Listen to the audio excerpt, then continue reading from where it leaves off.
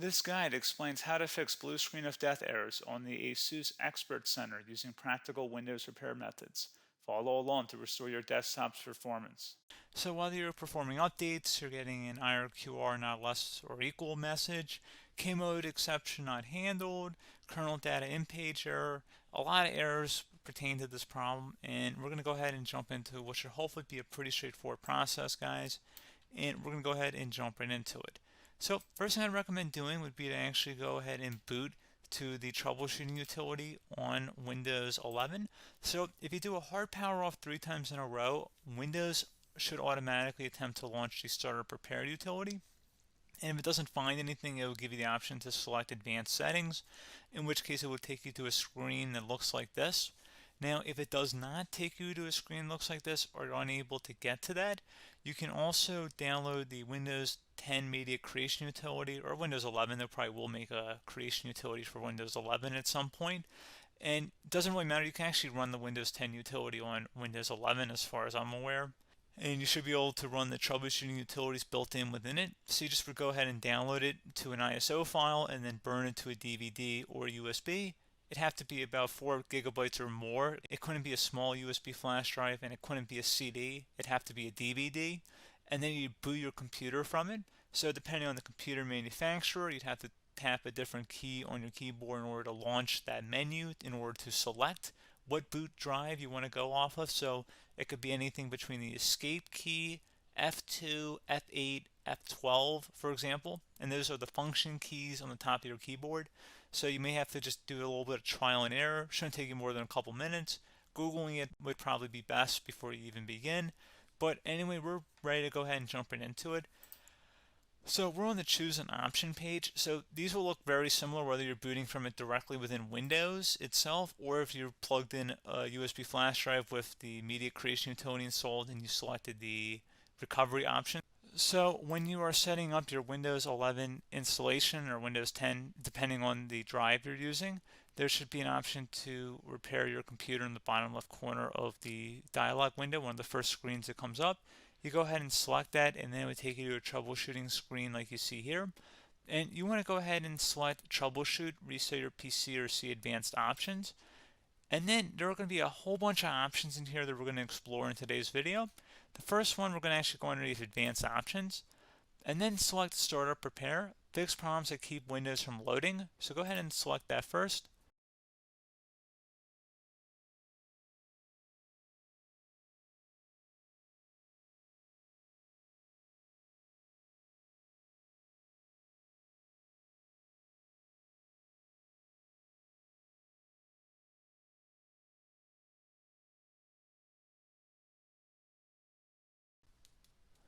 Okay, so you can see it could not repair our PC.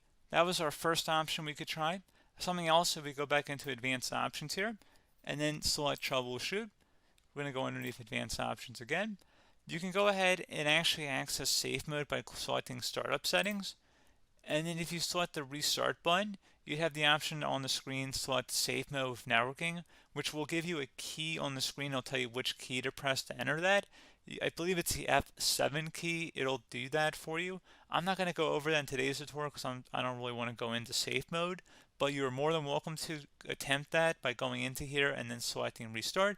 Again, it'll launch another screen. It'll say what key do you want to press, and it'll give you like 7 or 8 different options, and you want to select safe mode with networking.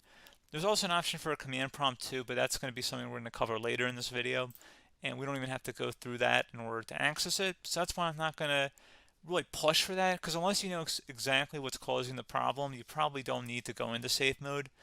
Unless you're trying to recover files, in which case then you definitely can go into safe mode, but we're trying to actually recover our computer here. So I hope that makes sense. Something else we can also try here as well would be to uninstall updates, remove recently installed quality or feature updates from Windows. So if you go ahead and select that, you can uninstall the latest quality updates, which generally is the more day-to-day updates. Feature updates are the less regularly released ones, like the big ones. I would equate it to service packs in like Windows 7 and Windows Vista and Windows XP. So larger updates that occur once or twice a year at most. And the quality updates are more just a regular update. So probably obviously depend. It'll take longer if you're going to try and uninstall the latest feature update versus quality update, and maybe you don't need to go back that far. So just giving you guys a couple of pointers with that. Something else you can also look at here, and we're going to jump into the command prompt in a little bit, but you can select System Restore, which will use a restore point recorded on your PC to restore Windows. And this is something I would highly recommend here, guys. So select Next. Assuming you have a restore point saved on your computer, you go ahead and select the most recently created one, and you'll select Next, and then you'll select the drive. You shouldn't actually have to select the drive. You can scan for affected programs, but we're going to keep it all default here, and then we're going to select Finish. So once started, System Restore cannot be interrupted. Do you want to continue? I think we're going to select yes. I don't think we have anything better to do on our computer right now, so just give it a moment here to initialize. It will take a couple minutes to run, obviously depending on how large your hard drive is and how much is saved on the System Restore point. So just give it a couple minutes here.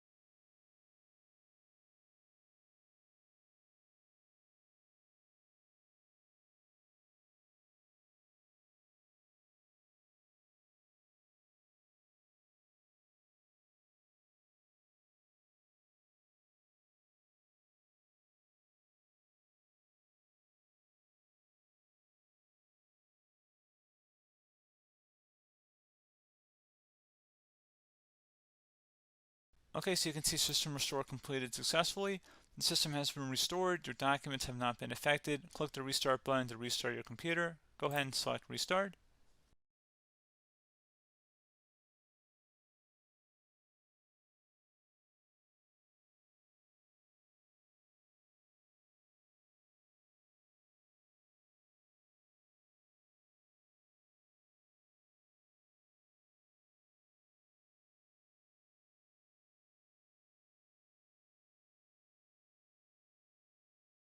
Okay, so you can see the system has been restored successfully. We're going to go over a couple different methods in addition to that if that did not work. So I'm just going to pause the video and we're going to start back on the recovery screen that we started with. Okay, so a couple other things we can try here too. If you go back into Troubleshoot, you can select Reset Your PC, while you choose to keep or remove your personal files and then reinstalls Windows. You can select to keep my files, which will remove apps and settings but keeps your personal files. You can also select Remove Everything, which will remove all of your personal files, apps, and settings. So this is more of a factory reset, the second option here. First option, it should not delete all of your personal files. However, it will pretty much clear most of your programs, and keep in mind, there's no guarantee that your information, number one, is even still available and easily recoverable on your computer to the point that you actually would be able to recover anything. And the second point is that there's always a chance that it won't actually recover and it will just do a factory reset anyway. So there's no guarantee that actually would keep your files anyway. So I would recommend trying to get a recovery tool and backing that up first before selecting it anyway.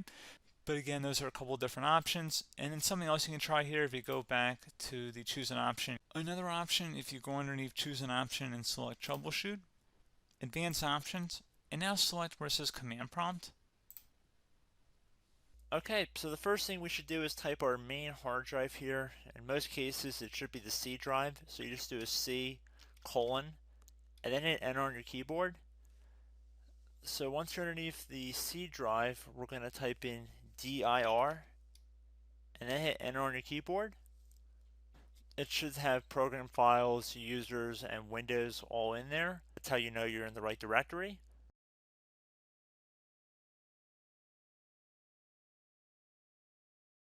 In some cases, it might be the D drive as well, so just keep that in mind.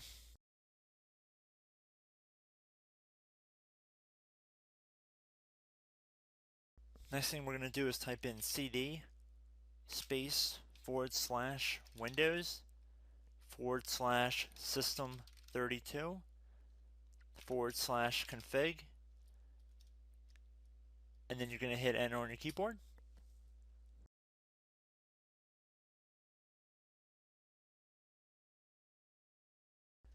So now you're going to type MD space backup.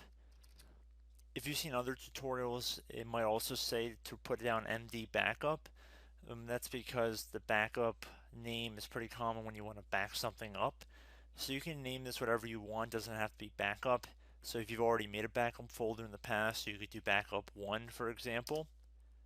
So once you're done setting the name you want the backup to be called, hit enter on your keyboard again.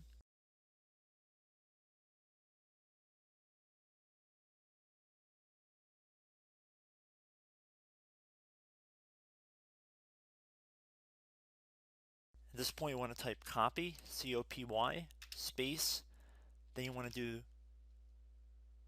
the star symbol above the 8 key, then do a period or a dot, whatever you want to call it, then another star sign, and then another space, and then type backup, and then hit enter on your keyboard.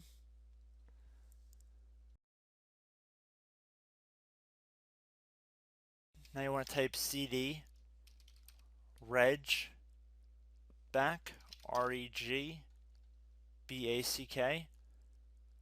and then hit enter on your keyboard. So now that we are under the reg back, so now you want to type dir again, and then hit enter.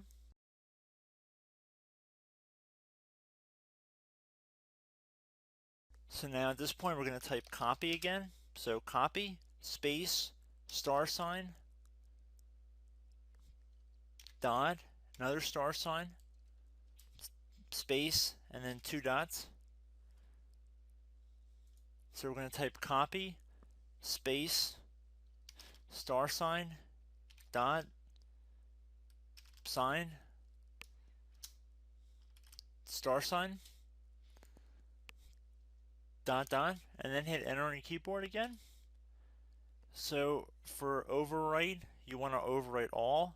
So type A on your keyboard, so capital A, and then hit enter on your keyboard.